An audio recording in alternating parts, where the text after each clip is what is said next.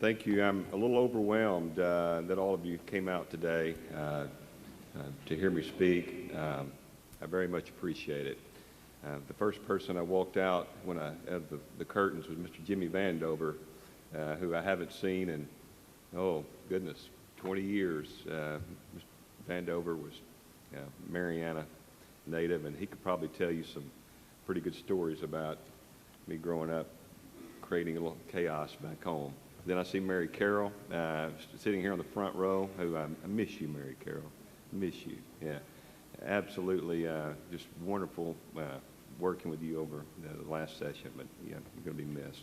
Thank you, Dean, the school, students and faculty. Kara, thank you for coming. My wife, Kara, is sitting over here to my left. I'm very honored to be standing here to speak to all of you today, to talk about the upcoming session, some of the things that are important to me, important to my colleagues, and important to you that are sitting here in the room. Just real briefly, I do want to comment about Dean Rutherford. He's a great friend, as I know he is to many of you sitting in the room. You know, there have been about 4, 5, 6 people in my young life that I've recognized that had that capacity to view the world in a perspective and in a way that differs from a lot of other people, including myself. And Skip is one of those people. And it's been a pleasure of mine that he's opened his phone and door when I have come calling in the past to seek guidance and wisdom, and he has been very gracious to give that, and I really appreciate that. I want to start off by saying that I love Arkansas. I love it. I would not be in any other place in the entire country. We all should be so very proud to be Arkansans. Similarly, I want to tell you that I'm proud to be a Delta boy. I'm proud to be from Mariana, Lee County. I'm proud of my family. I'm proud of the roots I have. I'm proud that my parents instilled a sense of hard work and honesty, God-fearing. I was thinking about what I was going to say today and reflecting, the occasions like this give one's cause to kind of reflect on things. And I'm very thankful that they just spent time with me. You know, life's not that hard, is it, when we get down to some of the basics, with your families, and, they spent time with me. They were there at night. They were there involved in my life, and we were talking about some educational issues earlier today. And, that's everything I've been able to accomplish through my young life, I owe it to them. They were there for me. I owe it to my family. I owe it to Karen. And when that transition takes place, when you meet your loved one. And so I do want to reach out and say special thanks to my parents. Anybody that spent any time traveling across the state understands that it's diverse. From Mariana to Cabot to Little Rock to Fayetteville, Arkansas is unique. And make no doubt about it, it's the uniqueness of Arkansas and the diversity that is pivotal for our economic success.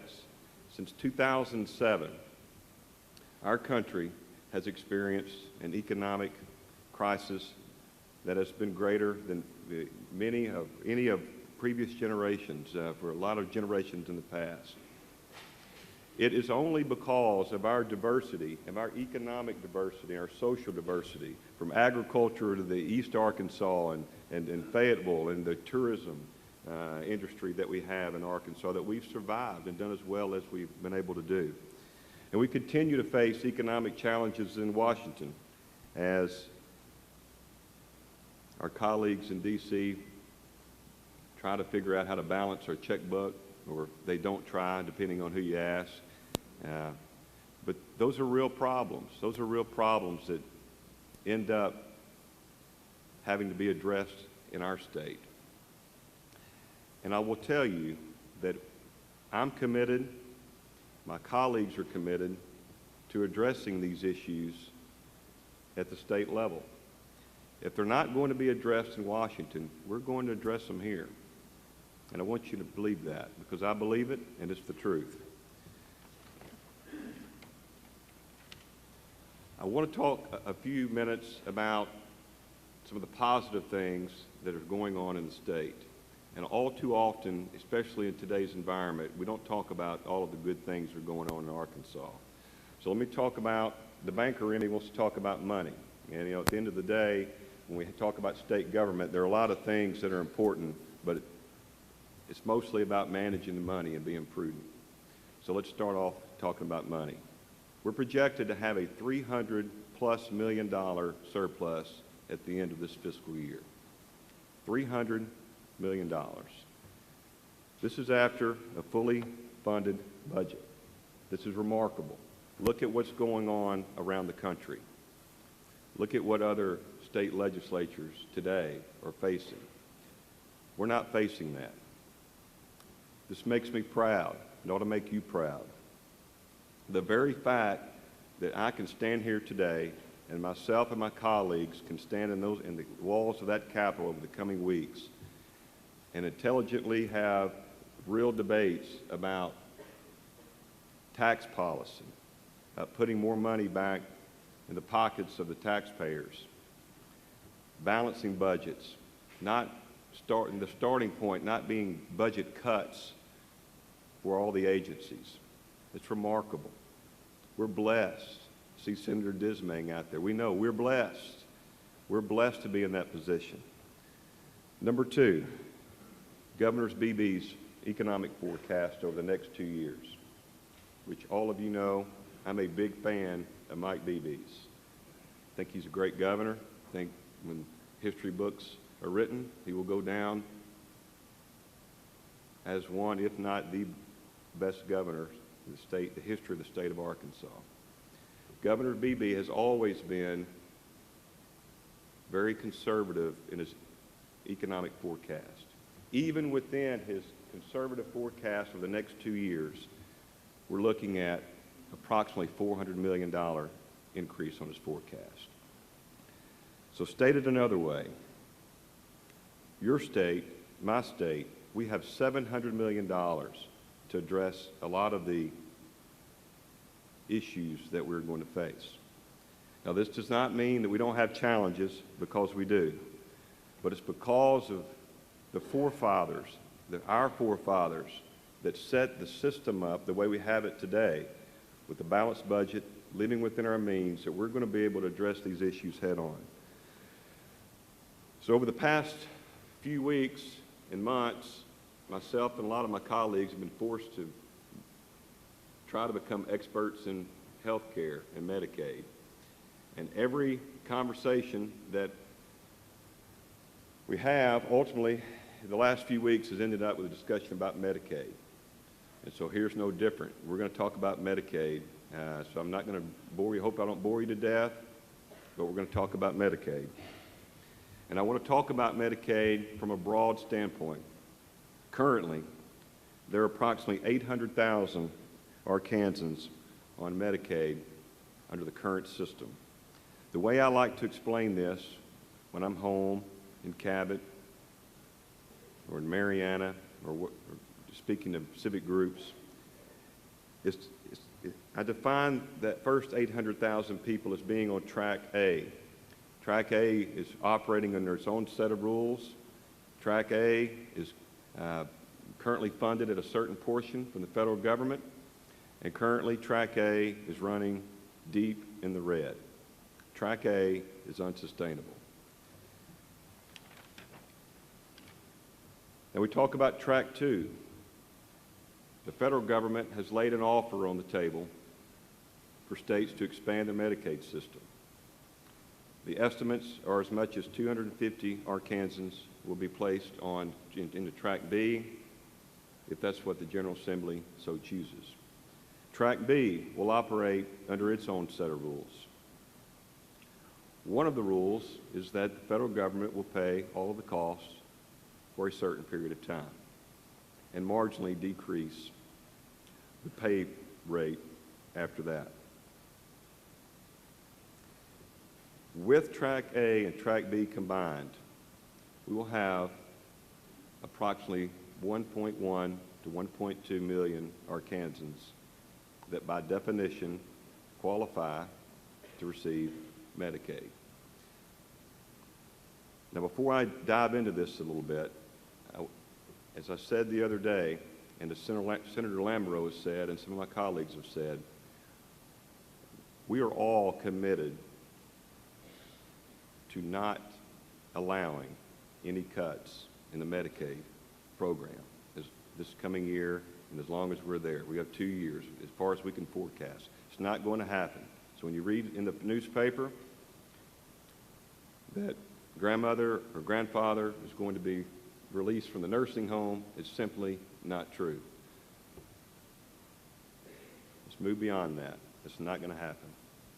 Now, I want to talk about Medicaid in a different sense today, because I don't have the answer. I don't have the answer as we stand here today on Track A and Track B, but we're trying to learn. But today, particularly as we sit here in the halls of this great school of public policy, I want to discuss Medicaid in the following context. Having 35% of our citizens with incomes low enough and resources limited enough to qualify for Medicaid services is unacceptable.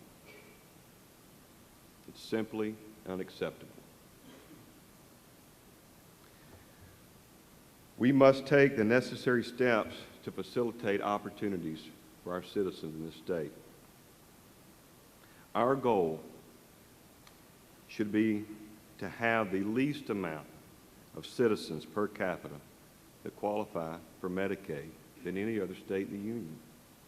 Not for selfish reasons, and please don't misunderstand what I'm trying to say here, but because we owe it to our citizens to provide them with an opportunity for success. And I don't stand here today saying I have all of the answers, because I don't. Nobody does. I don't have a monopoly on the good ideas. None of us do. But within that discussion, we have to include a thought about continuing our investment in education and creating a tax policy in the state that promotes economic growth and opportunity. And as we consider this balance, and that's what we're talking about in this context and every context when we debate the issues in the state capitol, is talking about balance. But when we talk about this pivotal position that we're in this country, I want to submit that there are two rules for your consideration. We allocate capital to areas of need and importance where we want to see change. Number two, contrary to what some people in Washington, D.C. might tell you, there is a finite amount of capital in this country. Now, I want to be clear. I'm no way saying that necessary resources should not be allocated to help the ones in most need. What I'm saying is that there becomes a time when your policymakers are going to be forced into making hard choices between increasing our investment in things such as education and infrastructure and other worthy causes. I submit to you that time is getting closer. In the 89th General Assembly, in many ways, we will be forced into making those difficult decisions. Over the past several weeks, I've had the opportunity to speak to many groups from higher ed to parks and tourism, all across the board. And as I started my comments out, every conversation today, every conversation has ended with the discussion about Medicaid. And it usually ends with me saying that we're all going to have to become experts in Medicaid. Because what we do in regards to Medicaid and our health care policy, like it or not, is going to affect everything that we do going forward. So you naturally may ask, well, what's being done to address this issue? First, I want you to know that my colleagues, and I'm so very proud of, have not taken this challenge lightly. There is considerable, monumental amounts of time and effort that has gone in to understanding the situation that we're in, to identify the problems that we face, and to come up with prudent solutions. And over the coming weeks, you will all see the fruits of this effort from my colleagues. And a lot of them are in the room today. Some of them are not here. But I will tell you, my hat is off to all of you. Y'all are doing an outstanding job, and it's a job that this state should never forget. I submit that in our short time being here, this is the biggest challenge that we faced.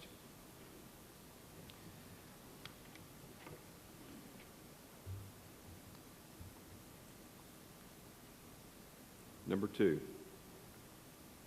how are we going to fix the budget problems we have currently? How are we going to stop having budget cuts today if we're not going to kick grandmother out of the nursing home? We're going to have vigorous policy debates about appropriating money. And when we talk about appropriating money, and we talk about policy initiatives, it's about priority. And if it's the priority of our country and the priority of our state,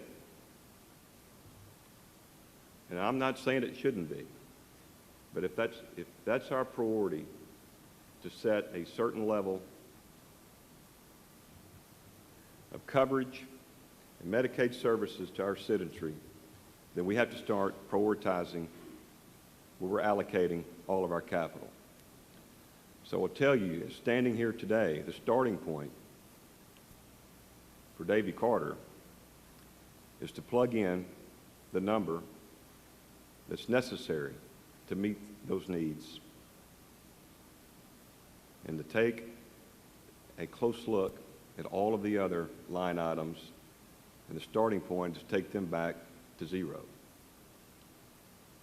And we will go forward, and we will debate it, and we will have these policy decisions on how we're going to allocate our capital. And finally, as preparing the remarks for today, gave me calls to kind of surf around the Clinton School's website, doing research on all the great things that you're doing here, Skip. And one thing did stick out to me.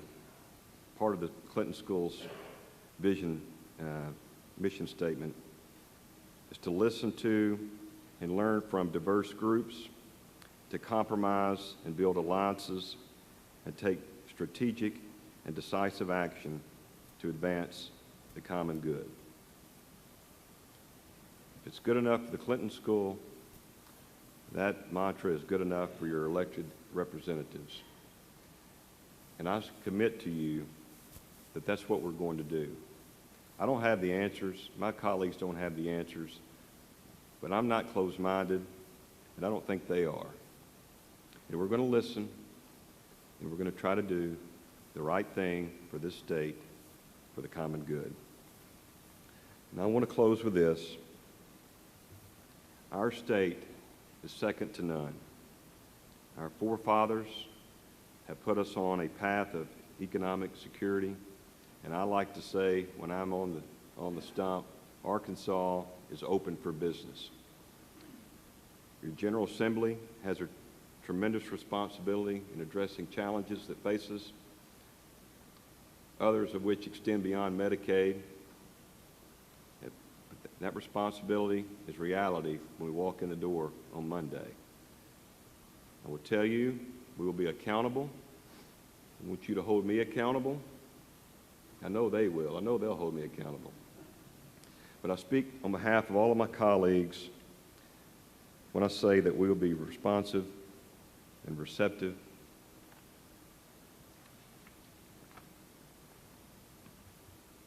and we're going to work together. We're going to work together, and we're going to make you proud to see a diverse body come to the state capitol, reaching across party lines and working together for the common good. We're going to make you proud.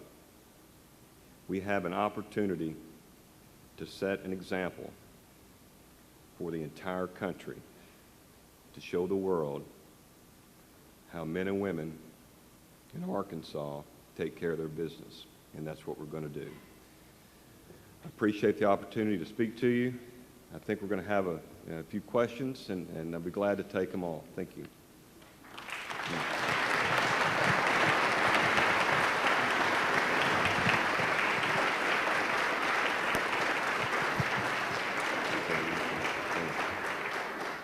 We do have some time for some questions. If you'll raise your hand and then let me wait till the microphone gets to you. Are there questions? Yes, right. We have two right up here. Bill. Mr. Speaker, I'm Annie Abrams. I have two questions related to the quality of policy makers we have in this state. One is those of us who have been concerned about the impact of term limits as established by the law at this time, and one about the establishment of the reform of financing elections of public officials. Do you anticipate that either of those reform pieces of legislation will come forth? And what is your prediction if they do, will they pass? Election reform, financing, and term limit reform. Thank you for your question. I'm going to answer the first, and I may circle back up on the second part to make sure I understand what you're asking me. Term limits are not working. And you know, it looks pretty self-serving for a guy like me standing here telling you that, but that's the truth. They don't work. For the burden, well, burden's not the right word. To send anyone to the state capitol and be elected in November of whatever applicable year, and for them to be experts in all things, budgets and higher ed and K-12 and DHS and all of these things, it is absolutely impossible. And you find that you go through that process, and right about the time when you get ready to leave, you start understanding how the world goes around. And it's a disservice to the citizens of the state. You're not, our constituents are disserviced by the current setup. Now, we've been blessed to have people like the governor, who's been around a long time and understand, and others. But there will soon be a time when these people will be gone. And if it doesn't give you cause for concern, it should give you cause for concern. Now, I think we should have some form of term limits. I don't know what they should be. They should be longer than what they are today. Maybe it's 12 years, maybe it's 14 years, maybe there's some combination where you can spend in the House and the Senate. I don't know the answer, but I know today's setup does not work. And I think I understood your second question. Are you speaking more to the ethics bill, or give me a little more specific on that where I can answer it? If we have term limit as it presently stands, it's getting to the point that there has been an accusation that you can buy an election and you will become a policymaker. the restraints on how much you can spend to become a public policy maker is my concern, and we have had citizens to say they are concerned about people can't buy elections. I need to think through that some. I relate back to my personal experience, and I didn't really see that being an issue. And I would have to think through how that would change, without the term limit, or if the term limits were extended. I mean, that may be its own issue independently.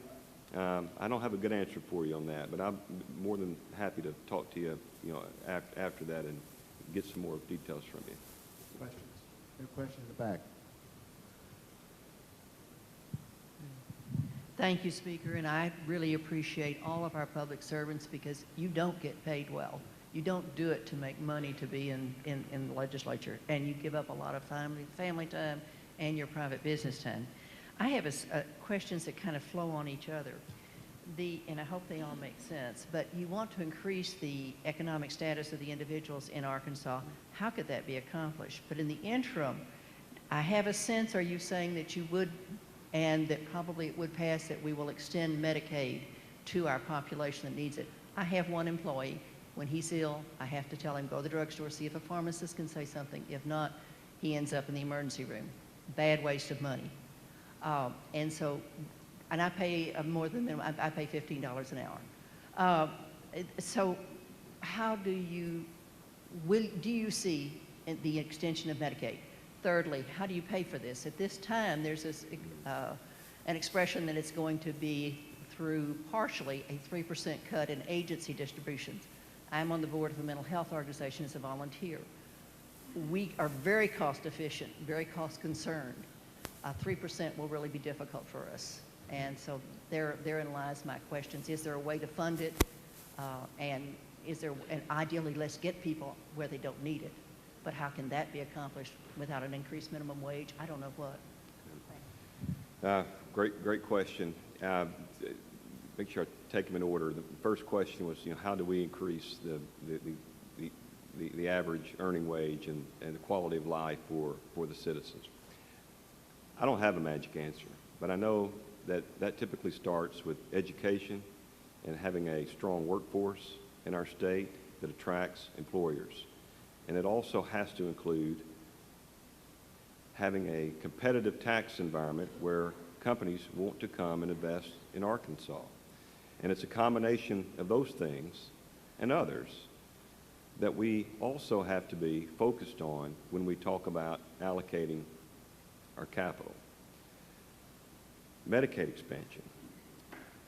I am not convinced that we can afford to expand Medicaid. I'm still listening.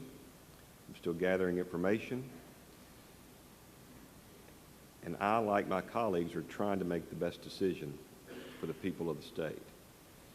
But the fact is that 10% of a dollar is still 10 cents. And when you add 10 cents on the top of a dollar that we already are in the red on, now you're $1.10 in the red. So I don't see how you do it. At least I don't see how you do it without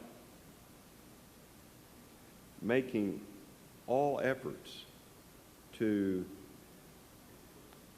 reform the current track to get it where it's not in the red. I think we have to fix what we have today, and then we have to look, before we look at adding on top of that. Now, your third question, I'm not real sure that I have an answer to that if we're talking about that in context of, expansion and no expansion. I will say this, that I understand that these are real bona fide problems. Your question, and those examples are real problems. That's an issue. And in addition to that, our hospitals, our rural hospitals, they're not blowing smoke up our rear when they tell us that they're struggling financially. It's a problem. Now, they will also tell you that best case scenario that for every dollar they spend, they're going to bring in 82 cents. That best case scenario, when they go in and for a service, they're going to lose 18%. And, you know, you ask, where are you going to make that up on volume, right? Joking, you know, and so the hospital issue is grave here. Now, I don't know else how to say this because I'm just a straight shooter. I don't know that the state has an answer to that problem. It's a problem that I don't know that can be fixed.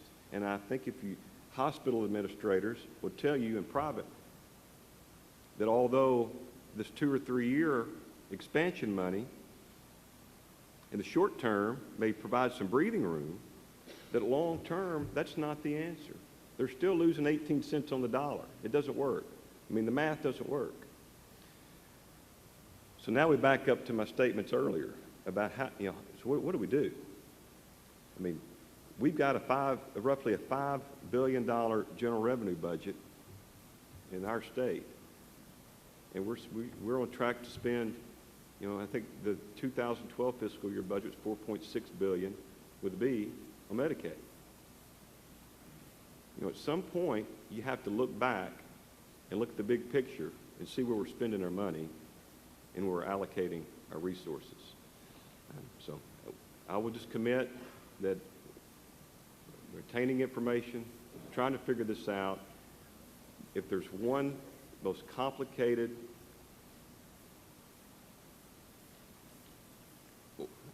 I don't use the word organization, but there's a complicated area of, you know, in our state, it's the healthcare industry, Medicaid.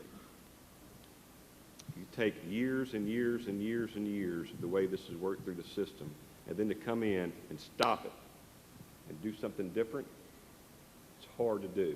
And we're trying to figure out what we're dealing with. Now you got a tough question coming. Here's Dean DePippa in the back. And Mr. Speaker, I don't think this will be too tough. But I wanted to ask a question about Medicaid again.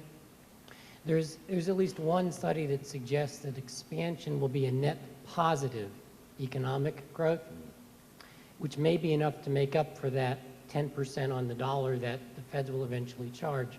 What do you have to say about that? I think everybody that's looked at that, and myself included, think that we're still debating we don't all agree on those set of numbers. And part of those numbers are where some of the programs in Track A now flow into Track B. And, you know, that's the most credible part of that economic analysis. Then we start talking about uncompensated care and, you know, it costs to the state hospitals. Well, you know, our question is, well, so how are you calculating uncompensated care? You know, show us the formula on how that's been compensated or calculated. And then I believe the third part of the pro forma that you're referencing, the forecast, is, you know, the money's coming into the state and it flows down through the economy, and we're giving, you know, quite a sizable amount of credit for those dollars, which, you know, in this context, I'm going to call funny money, right? I mean, I'm not saying it's not all credible, but it's the least credible as you start going down the process.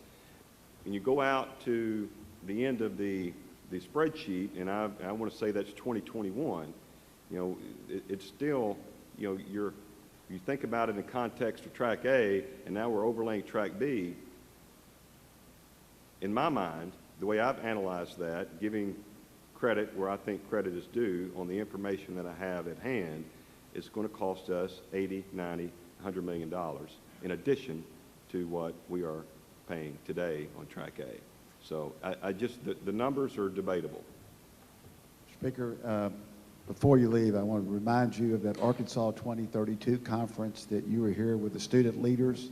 And remember, they recommended to you and your colleagues, and we'll be glad to send it back, an extension of term limits. This came from the student leaders of all colleges and universities. Ladies and gentlemen, please join me in welcoming Speaker Davy Carter and thank him for being here. Thank you.